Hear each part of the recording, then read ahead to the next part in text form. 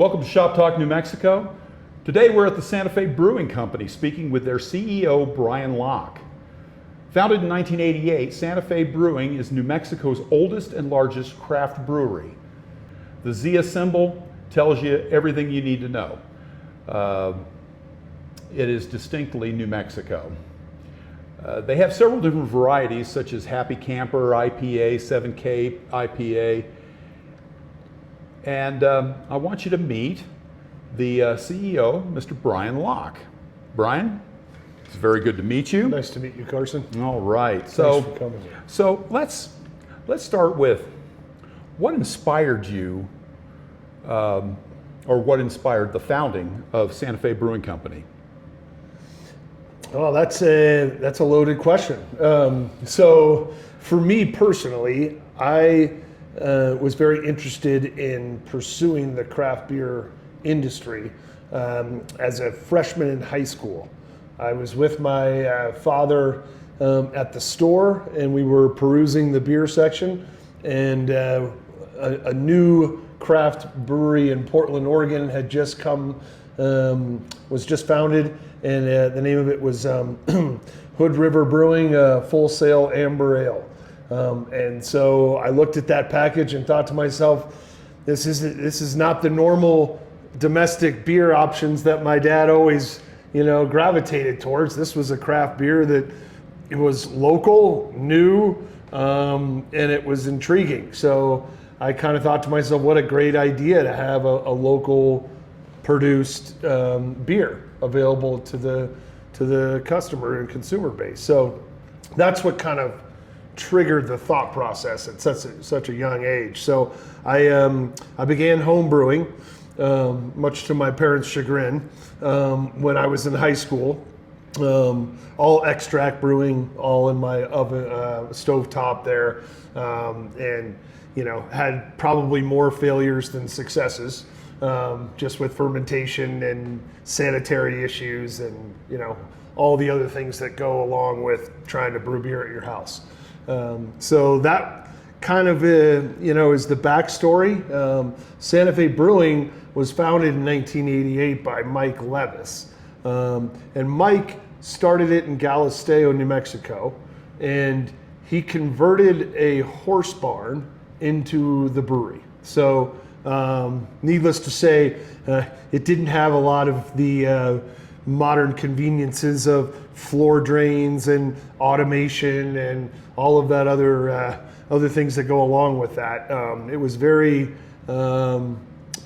garage style, brewing a batch. And so he started with a 5-barrel square mash tun, square brew kettle.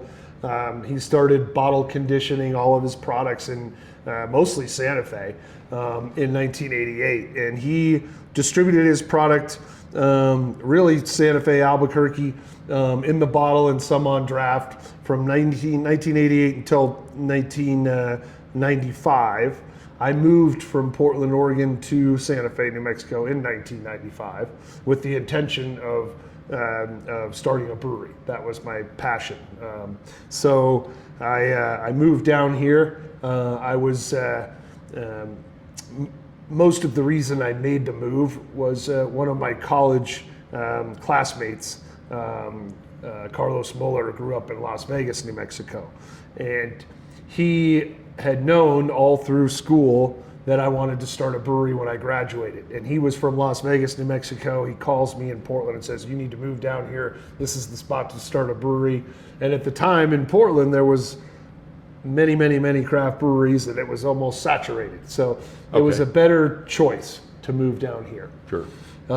So that kind of was the reason of coming to New Mexico. And then, there was an opportunity. Santa Fe Brewing's founder, Mike, had mentioned to a mutual friend of Carlos and I's that he was interested in getting out of the business. And I, of course, was interested in getting in. Carlos was writing a business plan with me to start our own. And so the opportunity presented itself. We met the founder, and he said, I'm interested in selling. And this was in April of '96.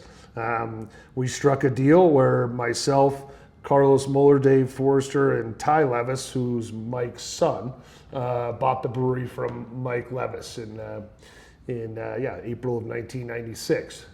So we moved the brewery from Galisteo out to Dinosaur Trail in Santa Fe. And the four of us operated a 15-barrel Frankenbrew, kind of cobbled together dairy tank system.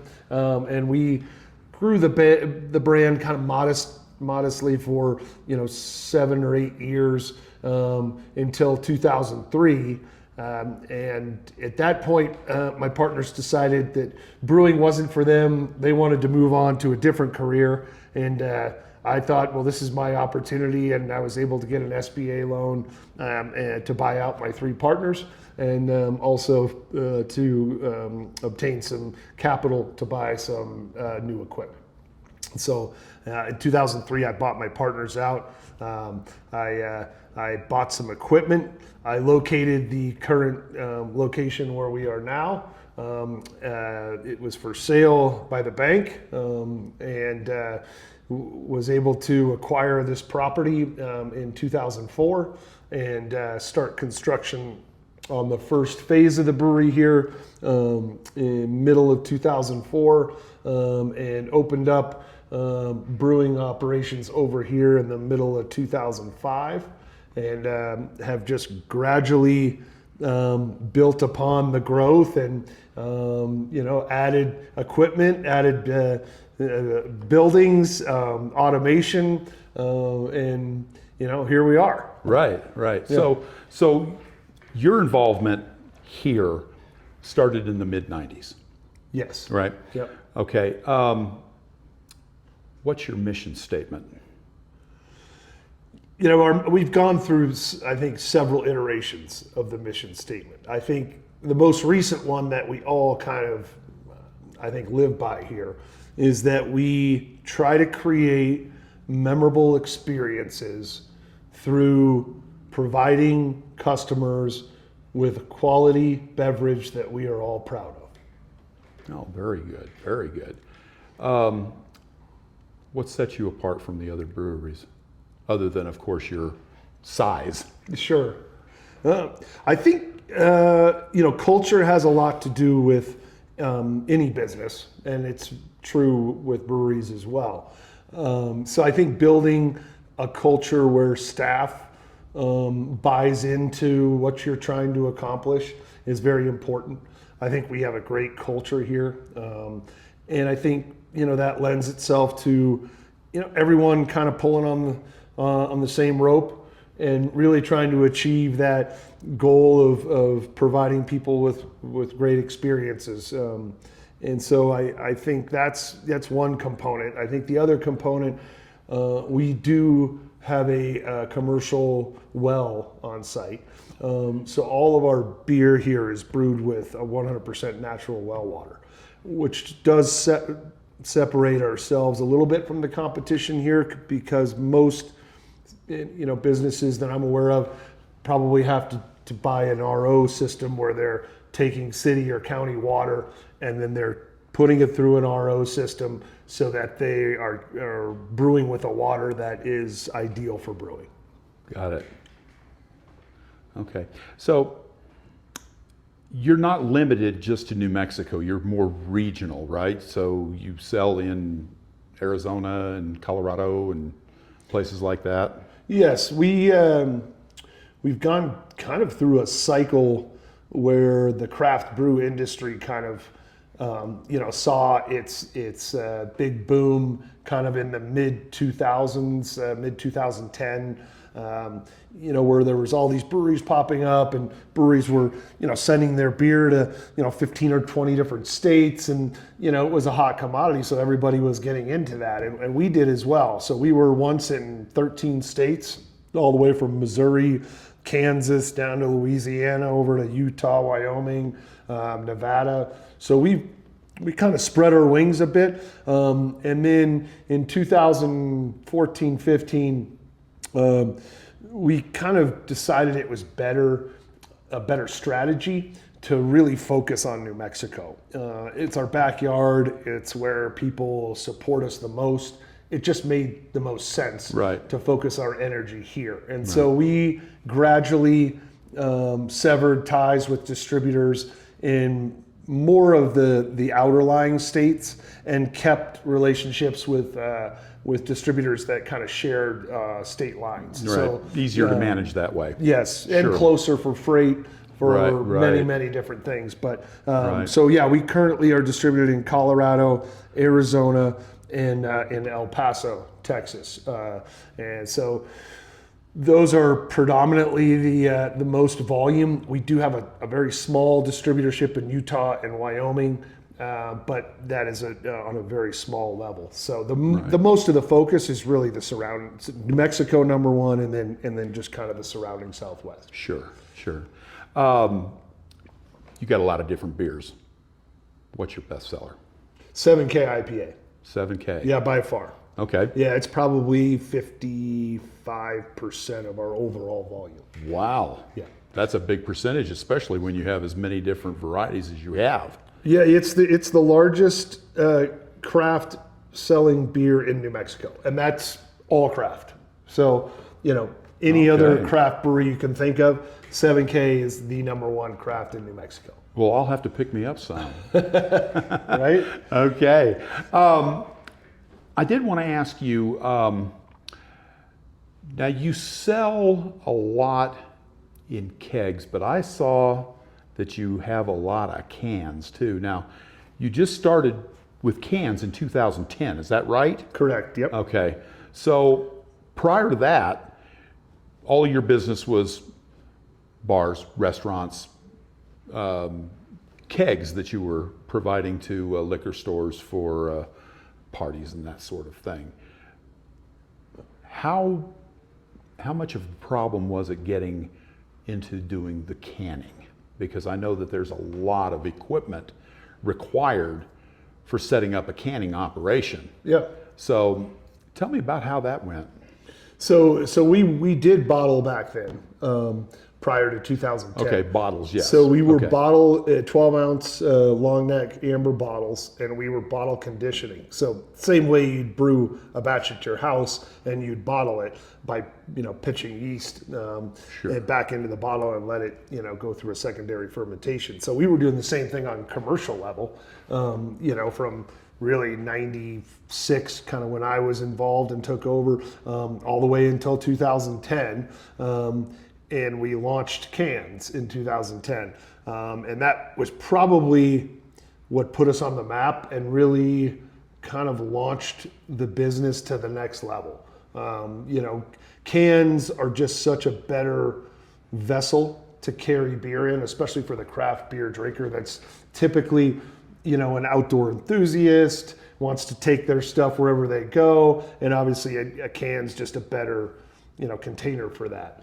Sure. And so we launched Happy Camper IPA and Freestyle Pilsner in the can in 2010, and it took off. So when getting into cans at that point, required a filler, as you said. So capital intensive investments. This particular filler was new to the market. It was designed specifically for small operations like we were, only a five fill heads, one seamer, probably doing 15 to 20 cans a minute.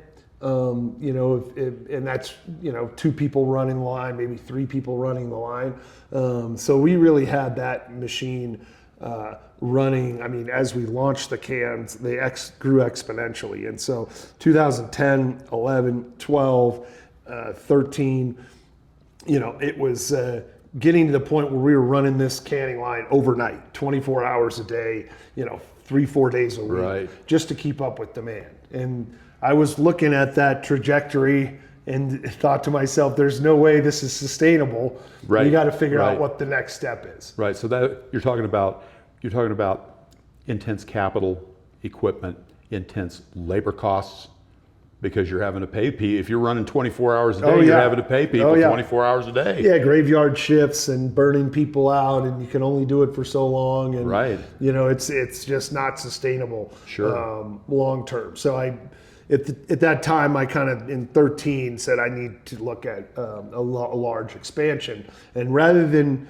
looking at this, in smaller steps.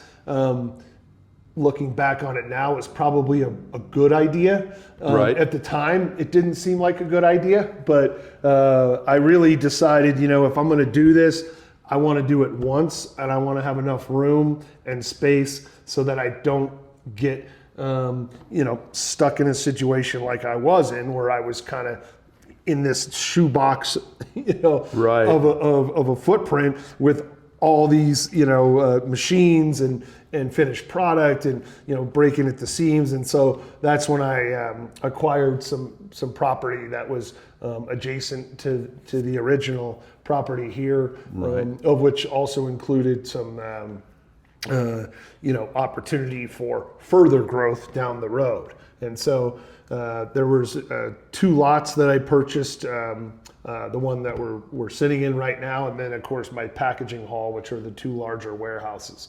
Right. And so, I pursued acquiring the land in 2013, started the building permit process in 14, which took about a little over a year. Sure. Started building in 2015, the bigger warehouses. At that point, looked at a much bigger, faster, more automated can filler that I could grow into. So I acquired an Italian filler, a CFT beverage filler that started off at 150 cans per minute, and it was fully automated. So very nice. It was a big upgrade. So we put that into place in 2017.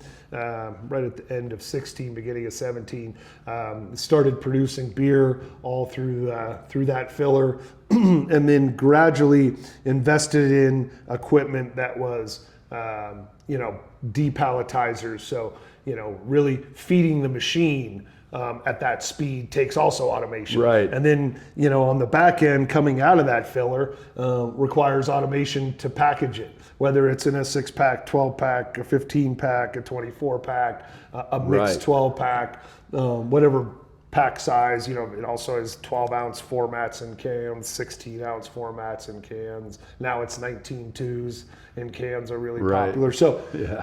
there's a lot of different package options that you kind of have to address when you're looking at that. So over the next several years, added components to make it more automated and really require less demand on human labor, because a lot of those things become monotonous, and people can only last so long in those jobs before they're like, I can't do this anymore. It's the same thing over and over. Right. So- And since it was something that was new and innovative to the area, there was no way that you would be able to outsource any of that. Yeah, I mean, that was an option. I think for me at the time, I wanted to take on the challenge of building it myself. Sure. And then secondarily, it would have been difficult to find a co-packer or somebody to produce the product and then ship it to New Mexico, because I don't think there was anybody in New Mexico that could have done it. So I would have had to outsource that to maybe somewhere in Texas or Arizona or Colorado. Right. And then have them ship the product here and then distribute it out. So they don't have anybody canning sodas here in New Mexico They that probably do. I don't think they probably had the capabilities of brewing beer and fermenting beer and, And you'd have to filling- have that at the same location as where you're doing the canning. Ideally, yes. Okay. I All mean, right. I think it's possible to do it, brew it in one site, truck it over to another to can Sure. it. But logistically, I don't think it made sense for Right. us at the Right. time. Yeah. Okay, that makes sense. New brews. How do you approach recipe development and experimentation on new brews? So, it's kind of evolved over the years on how we come up with different styles of beer. And it's largely dependent on what we see in the marketplace and what the general consumer wants. Right. So it's, this has been such a IPA heavy market. Happy Camper in 2010 when we launched it, by far our biggest seller. IPAs are so popular in this market. And so, obviously IPA is a category that we're, very interested in being in, and have multiple different IPAs available to the public because that's what the consumer wants. Right. And so when we develop a new product or innovation, we look at market trends, we look at what the consumer wants. There's data points where you can pull in information and find out what's trending in not only the entire U.S. but in the Southwest or in New Mexico specifically. So you can really figure out where people's tastes are gravitating towards. Sure. And once you figure that out, then we sit down and say, well, this is obviously an opportunity, right? Because there's the general public saying that they want this, and we should look into developing our next new product, and base it on kind of what our feedback is. And Sure. so that's kind of how we approach what we're going to bring out next. And then the next step to that is, before we would do small batches on a very tiny R&D, 15-gallon, small brew setup. Right, because you never know when you're going to sample that and say, well, this just sucks. I'm not going to do this. Yeah. So back in the day, it was a little riskier, and there was always a little bit more throwing darts and hoping you hit it. Right. Now we invested in a 15-barrel R&D brew house that's specifically for R&D and doing specialty fun one-off beers that we might want to just offer in our tap rooms. And so now kind of the process is we trial the batch on the 15-barrel. If it works and it's pretty good, we'll keg it all. We'll give it to all of our tap rooms, and we'll get feedback from the customer base. What do you think of this? Give me some comments on it. What would you like to see? How would you like to see it change to make it better in your view? And then we'll make those changes, and then we'll do it a second time, send it out, and then typically by the second or third iteration, we have it to a place where we're pretty confident. We're like, oh, this is the one. Good. Yeah. Good. What role does sustainability and local sourcing play in the way you conduct your operation here? Well, it's very important. I think sustainability is huge now more than ever, just because of it's expensive to ship things. So anytime you can source ingredients locally, we just recently purchased some malted barley from Schweiber Farms, which is a local farm that grows barley, and their intention is to grow enough barley to supply New Mexico breweries. And so we just brewed a premium Pilsner using their malt. There's also some indie hop growers here in New Mexico that are growing Neo-Mexicanus hops. Right, I was going to ask if hops grows here. Yeah, and so there's a handful of farms that you can purchase hops that are native to New Mexico, either Neo-Mexicanus or maybe a variety that was really established in the Northwest and then brought down here to grow. Right. But from a sustainable, perspective, sourcing ingredients, I think, is when we can and at our volume and it makes sense, we definitely want to do that. In terms of other kind of practices, we do have a solar array here at the brewery that's an 18 kilowatt system, so it's not huge, but it does offset some of our energy use. I've looked at some other opportunities where we might put a much bigger array on some of the warehouses that we now have that might fully offset it, but it's pretty a capital intensive project. So so those things are always on the top of my mind, and it's something that we definitely look to try to support not only other local businesses, but any way we can source ingredients. Well, having your own well, that plays a lot into sustainability. Yes. Also, absolutely. because you're not you're not taking from city resources in that regard. Yes, that is true. Yep. Very good. Okay. Tell me about your tap rooms. So we operate 5 tap rooms in total. So we're at headquarters here in Santa Fe. We have a tap room right near the Capitol on Galisteo Street called the Break Room, which was originally built for the brakemen when they were building the railroads in the early 1900s here. They built a number of brick homes in kind of that downtown historic area with the idea that the brakemen would live there. And so this particular house where the break room is a fairly small footprint interior, but it has multiple rooms, all with a door to the outside, which could accommodate those 4 or 5 brakemen that were living there. So very unique, kind of cool speakeasy kind of atmosphere right downtown with a big outdoor patio, a lot of picnic tables. So that's kind of our downtown presence. Then we have another tap room in El Dorado, which is a suburb of Santa Fe. And we built that in 2011, partially because I was living out there and wanted someplace closer to go have a beer than having to drive all the way back into town. So it was a little bit of a personal decision more than anything else. But there's a great community that supports us out there, very locally centric, and they really support us out there. So it's a nice spot. And then we have 2 tap rooms in Albuquerque. The first one is Green Jeans Farmery, which we opened in 2015, and so that at the time was the first and only shipping container development in New Mexico.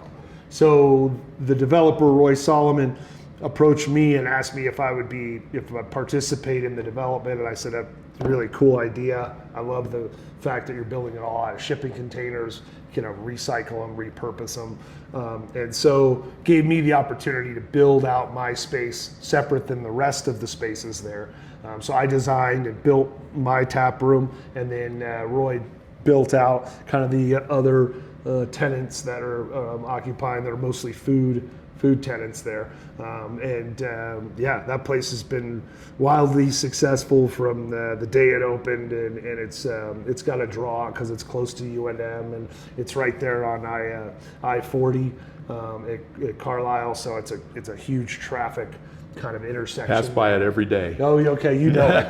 So, I know where that is. Yeah, yes. so that one was pretty exciting to open, and then right before the pandemic in 2019, we started building Tin Can Alley, which is our most recent tap room opening, and that one is a larger concept of Green Jeans, not totally utilizing shipping containers, but has that flair to it.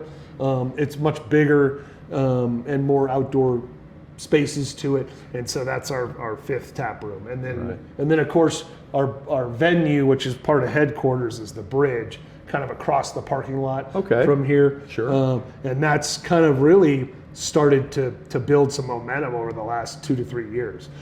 And that's a music venue that's outdoor.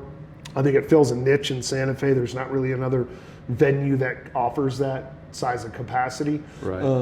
And so we had a great lineup of bands over there, and we work with a local promoter here, Lensic 360, to book shows there for us, and they do a great job in bringing talent into our space and then providing the community with great outdoor music. So. Right, wonderful, great. Are there any upcoming releases or collaborations that you have planned?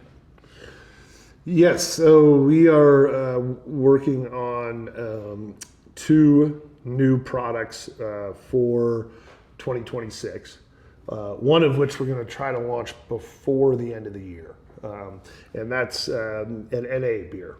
So there's this pretty monumental trend right now of people that are looking for non-alcoholic alternatives, whether it's a better for you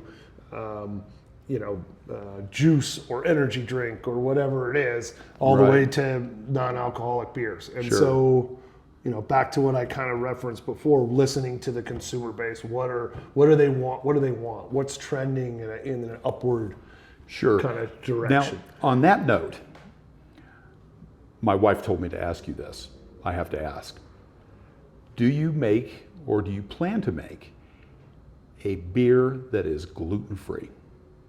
So we have a gluten-free option, which is a cider, and that actually is the second product we're launching in 26. So we've offered ciders a few times here over the years, and that's our gluten-free alternative to a beer. We haven't made a gluten-free beer, mostly because we've kind of focused more on an alternative to beer for gluten-free, Sure. which is cider, and so we've kind of focused that direction.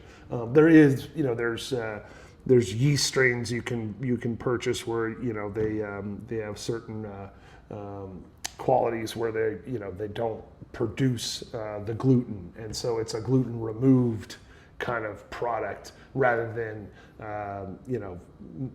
the gluten was there and then it's removed versus brewed Sure. without it. Sure. Okay. And so we haven't gone down that path. Right. And so the second product besides the NA beer is a cider, and it's going to be a watermelon kiwi cider.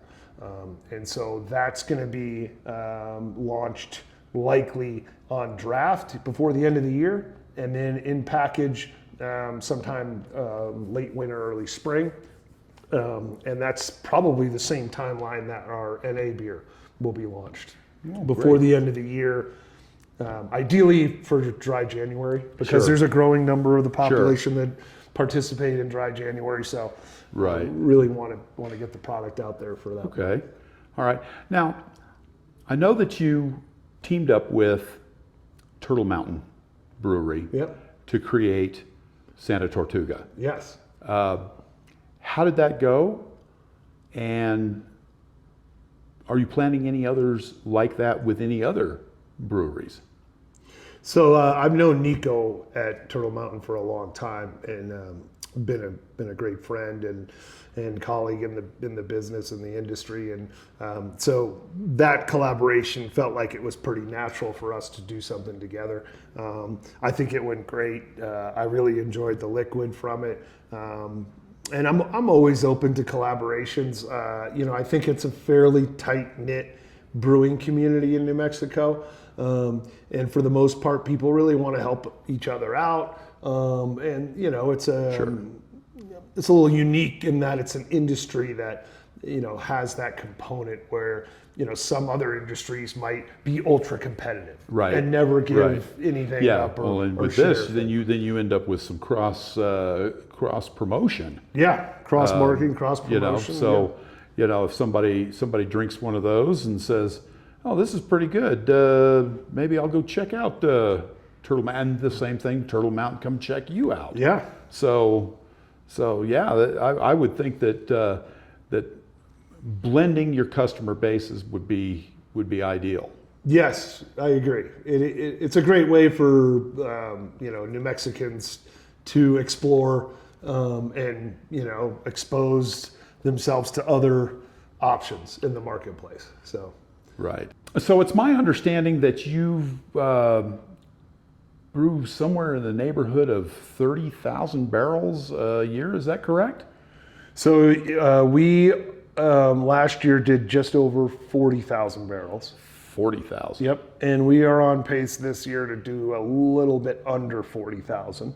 But that, in perspective, the closest competitor in the state that we have probably does around 20,000 or 17,000.